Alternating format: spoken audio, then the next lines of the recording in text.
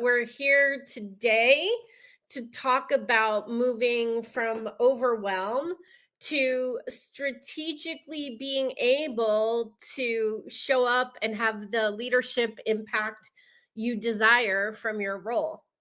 Thank you for being here. I'm Heather McGonigal. I'm a co CEO of Empowering Leadership Teams, and I have my teammate Barbara here with me today. Let's dive right in and talk about what we're here to talk about today, Barbara: shifting out of overwhelm Mm, and to be able to strategically focus and have the impact that you most want to have from your role.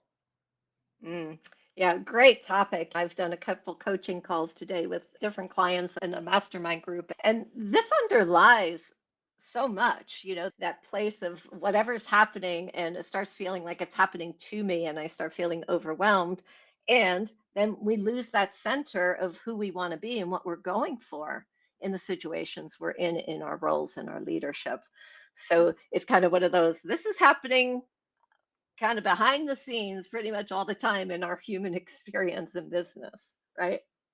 For sure. And we have to continually be able to navigate stressful situations like Mm, the one I just navigated with technology, and yep. try to not have our emotional reactions be driving how we're responding, how we're showing up, right? Things can easily snowball unless we're being really mindful and intentional and practicing how we are applying ourselves in our everyday role. I had one thing I was going to share today to get us started, Mm, Barbara. Um, okay. so I just wanted to share that first. I know you're familiar with this part of our teaching, Mm, but this is something that we share with leaders in our year-long training program. And this is the Priorities Cascade. And this is really meant to show this is what it's like in any one person's role, right? Let me see if I make it a little bit bigger for a second. there we go. Okay, so here we go. So, in your role in the day to day, you start off, you have the company's strategic priorities, and under than that, you can see the tactical or functional priorities of your role. So, the big annual goals broken down into the priority projects. And then you can see under that on the next layer of the cascade, daily priorities and daily demands. So, we each start our workday having some idea, hopefully, of what the priorities are for ourselves and our teammates for the day.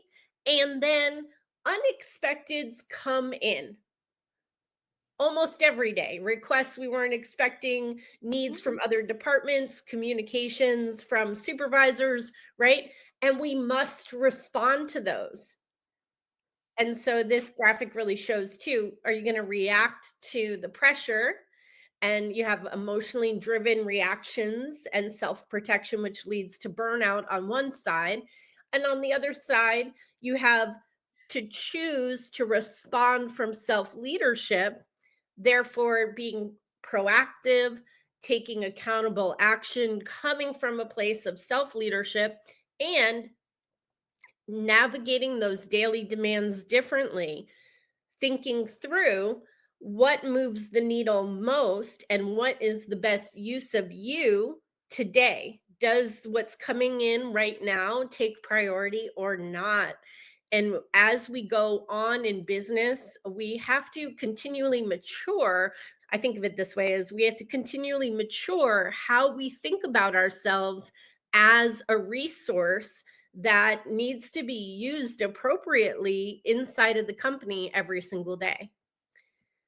Yeah, yeah. And one of the anchoring points that I think of that often bring up when I'm coaching executives and so forth in their roles is, having that time of intention each day to plan out the day, have a sense of what's on my plate now, what needs to be prioritized, assessing that, because the picture you just showed is how it goes, right?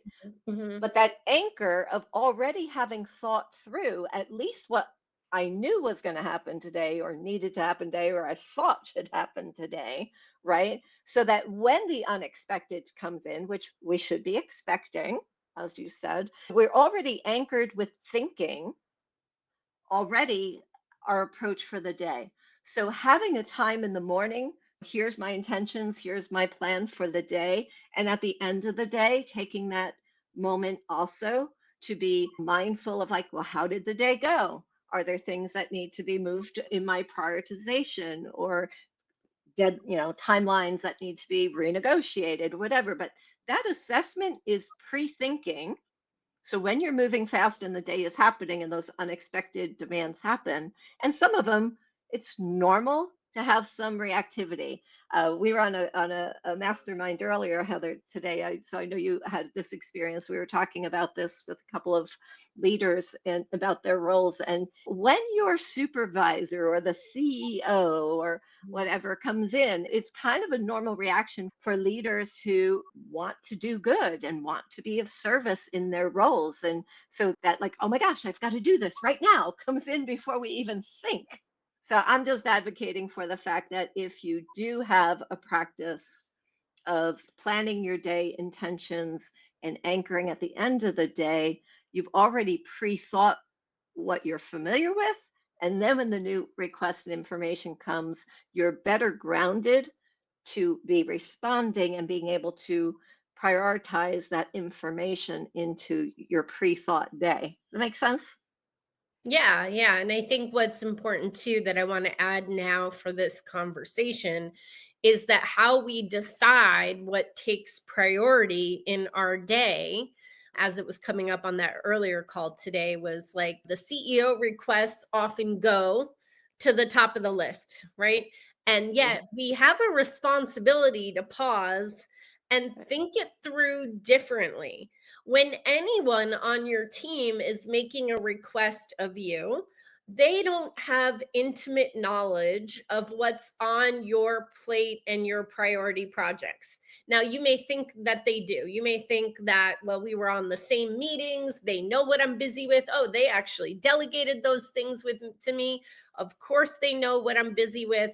But the truth is, as we're moving through our day to day in business together, no, people are caught up with intimately what's on their plate and the top requests coming their way.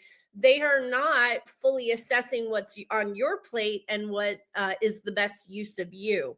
You are the one that needs to advocate for that. And you have to decide what takes priority, when priorities need to be reshifted, when you might need to renegotiate agreements. You're the one that has to take ownership and lead and drive what's on your plate and what's the best use of you. So, what are you using to make that decision? What I want to add right now is what you're using to sort priorities is the bigger picture business goals. So you Mhm. have requests coming in from others, you know what's on your plate, and you want to be pausing and thinking relationally to the big picture goals. Are you doing the things that matter most to move the needle for the business? Because you're going to have to be able to assess by what keeps coming in on your plate what takes priority versus what do you need to renegotiate. How you decide that is whether it moves the needle or not, or how much it moves the needle. Because in entrepreneurial businesses, we are always doing as much as we can with limited resources.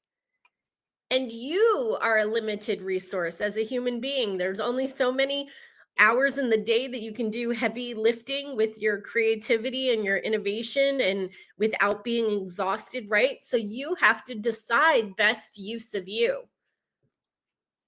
Yeah, absolutely. And you're the only one also who knows like that extra level of detail. Others do not need to know this unless there's parts that you need to share. Like, what does it take to get certain things done? Right? That's the knowledge you have on the things that are in your responsibility space, as you're saying, what's on your plate. So that thinking is owned. And I love what you're pointing out. If that it's my responsibility in my role to surface that information, right? And it's actually my success to bring that forward. We often think to be successful is like, okay, then we go back to our Be fun. computer, our desk. Let me figure out how to get that done now, right? Instead of really having that delegation conversation that's so important to really keep one, our level of optimal performance and well-being. Again, we're limited resource, we need to keep our best thinking and energy and all of that up to perform well with others. And all the time when we talk about leadership, leadership development and the interaction relationships that are important are happening all the time. Opportunity to have a conversation. I hear this request. Can you tell me more about this? Because here's what I'm intending to do today. This is what will take to get that done. I'm curious how this will fit in. And we start having a dialogue with one another in that delegation process that's super valuable. Yeah, so don't be afraid to have the dialogue. In fact, I'll just share that image one more time today.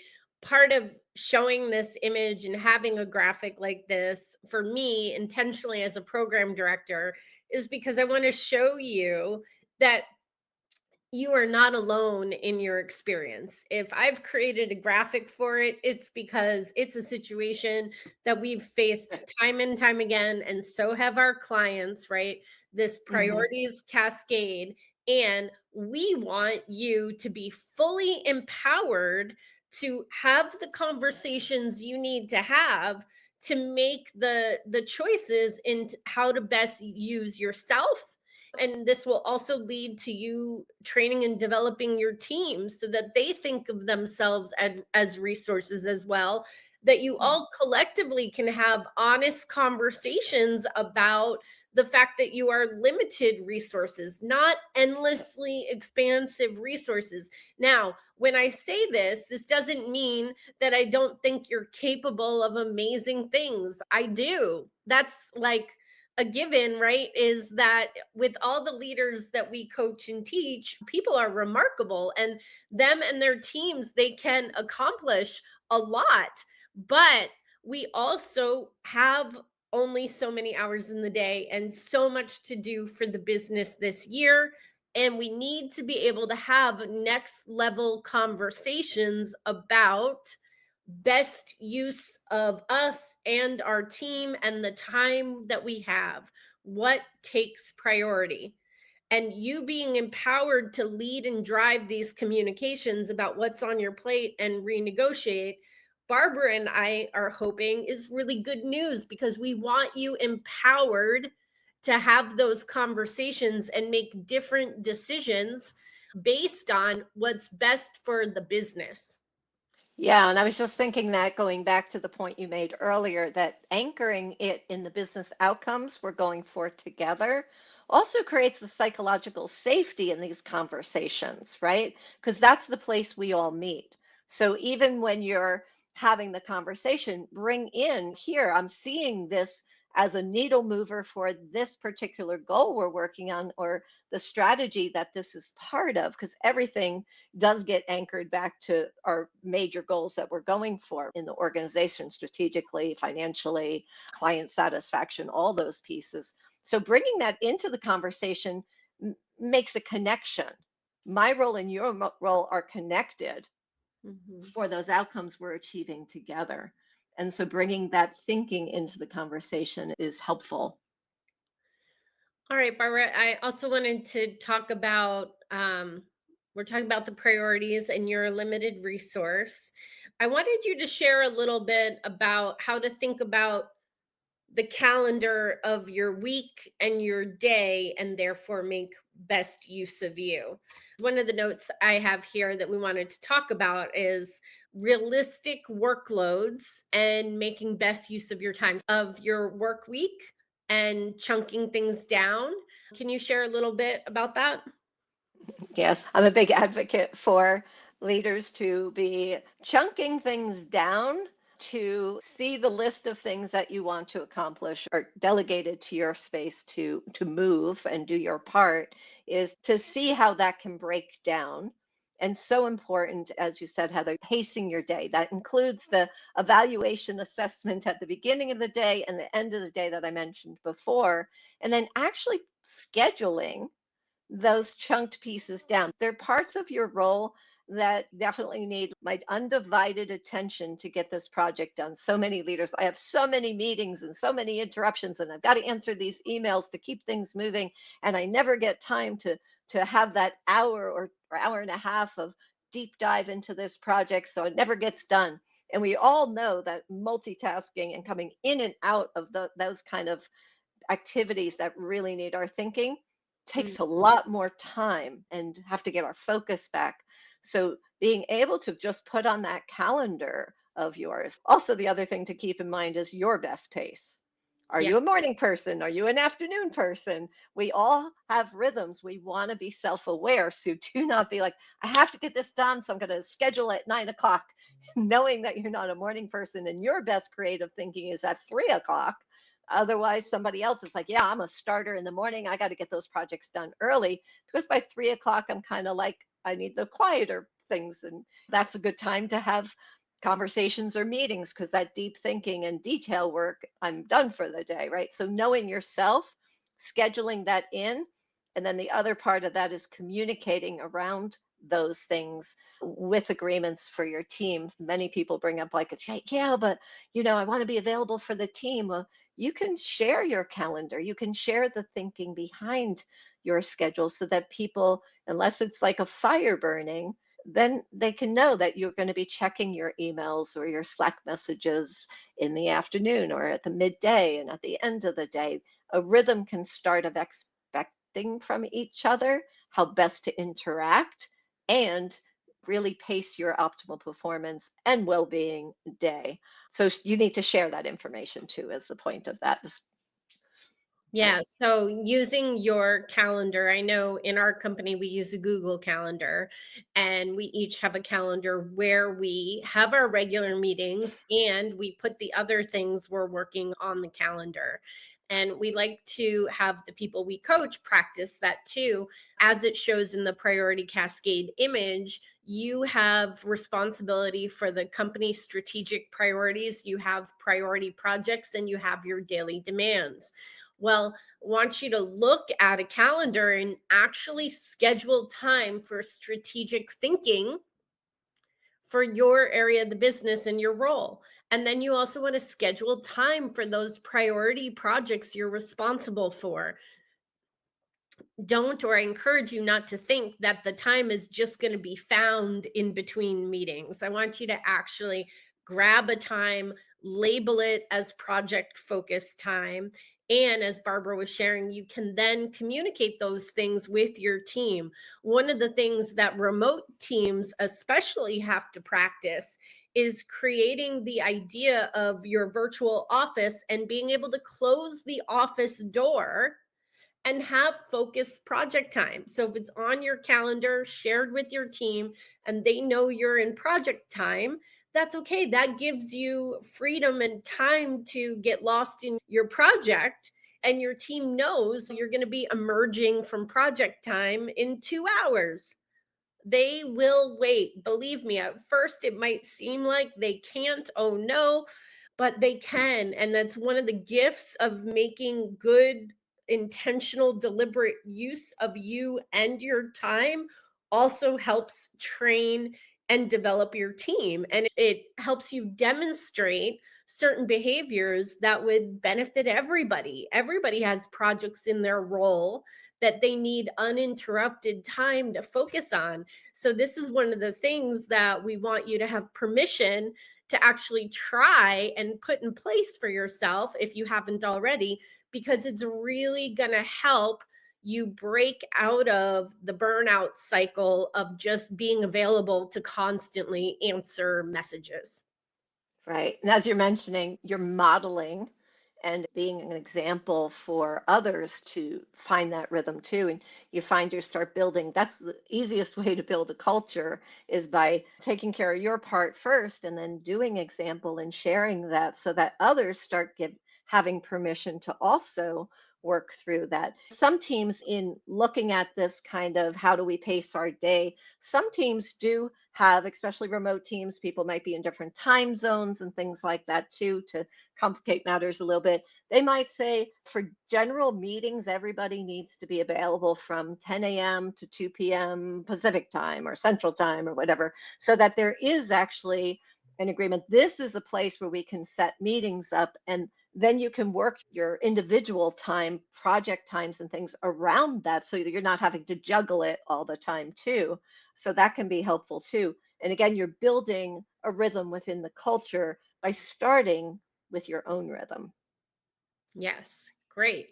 So, Barbara and I want you to practice being intentional and trying to put some things in place to really manage your schedule, manage your time, and not be overrun by daily demands you weren't expecting. Part of the thing is that these daily demands always happen. So, then how do you deal with the everyday realities that happen inside of your company and still make best use of you, right? Adapt to those daily demands without letting them throw you off course.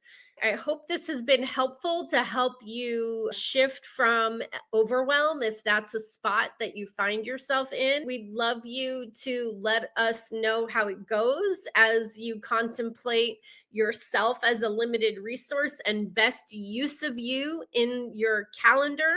Reach out. You can reach out to us for a discovery call at any time. And in that, we'll give you free coaching and support for the moment you're facing right now.